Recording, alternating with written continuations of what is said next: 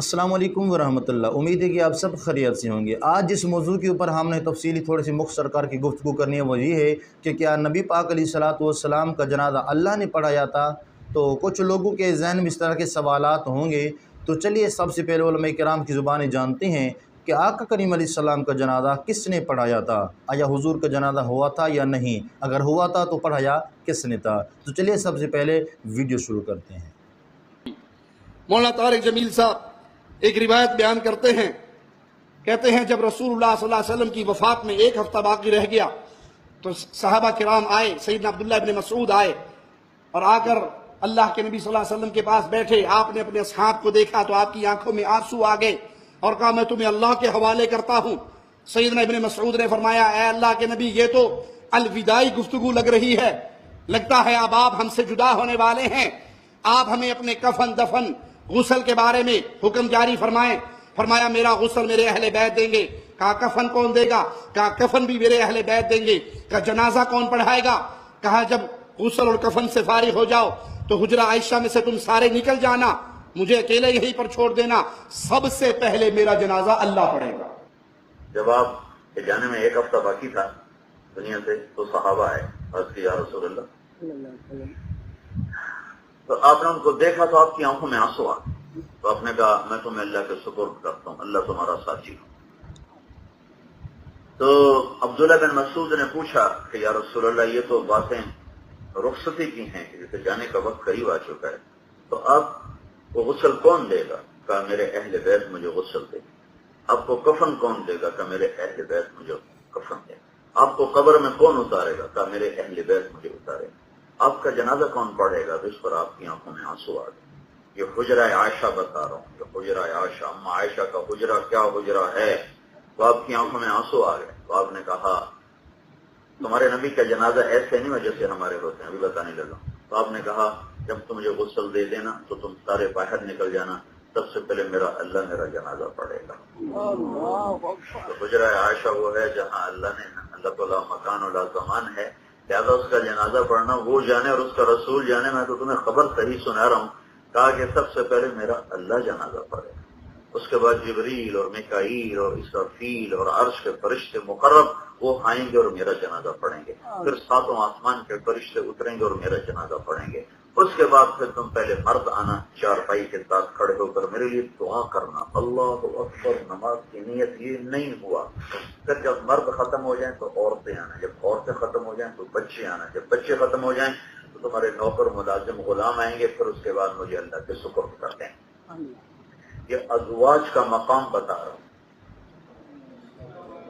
انا للہ و انا الیہ راجعون، انا للہ و انا الیہ راجعون، انا للہ و انا الیہ راجعون۔ امام اہل سنت رحمۃ اللہ تعالی علیہ نے فتاوی رضویہ کے اندر علماء کے دو قول نقل کیے ہیں۔ ایک قول یہ نقل کیا ہے کہ نبی کریم صلی اللہ تعالی علیہ وآلہ وسلم کا باقاعدہ اس طریقے سے نماز جنازہ نہیں ہوا جیسے عام طور پہ ہمارے ہاں ہوتا ہے، بلکہ آپ صلی اللہ تعالی علیہ وآلہ وسلم کا جنازہ مبارکہ رکھا تھا تو ایک ایک کر کے صحابہ کی جماعت جو ہے وہ آتی، وہ درود پاک پڑھتی نبی کریم صلی اللہ علیہ وسلم کی بارگاہ میں اور چلی جاتی، پھر دوسرے آتے پھر پڑھتے، پھر تیسرے آتے وہ پڑھتے، اس طرح ایک گروہ آتا پھر دوسرا گروہ وہ جاتا، دوسرا گروہ آتا، اس طریقے سے سب درود پاک پیش کرتے رہے۔ ایک قول تو یہ ہے، اور دوسرا قول علماء کا یہ ہے کہ باقاعدہ نماز جنازہ ہوئی تھی، اور نماز جنازہ کا مسئلہ یہ ہے کہ جب تک ولی شرعی یہ جنازہ نہ پڑھ لے یا اس کی اجازت سے نہ پڑھ لیا جائے تو اس وقت تک دوبارہ نماز جنازہ پڑھا جا سکتا ہے۔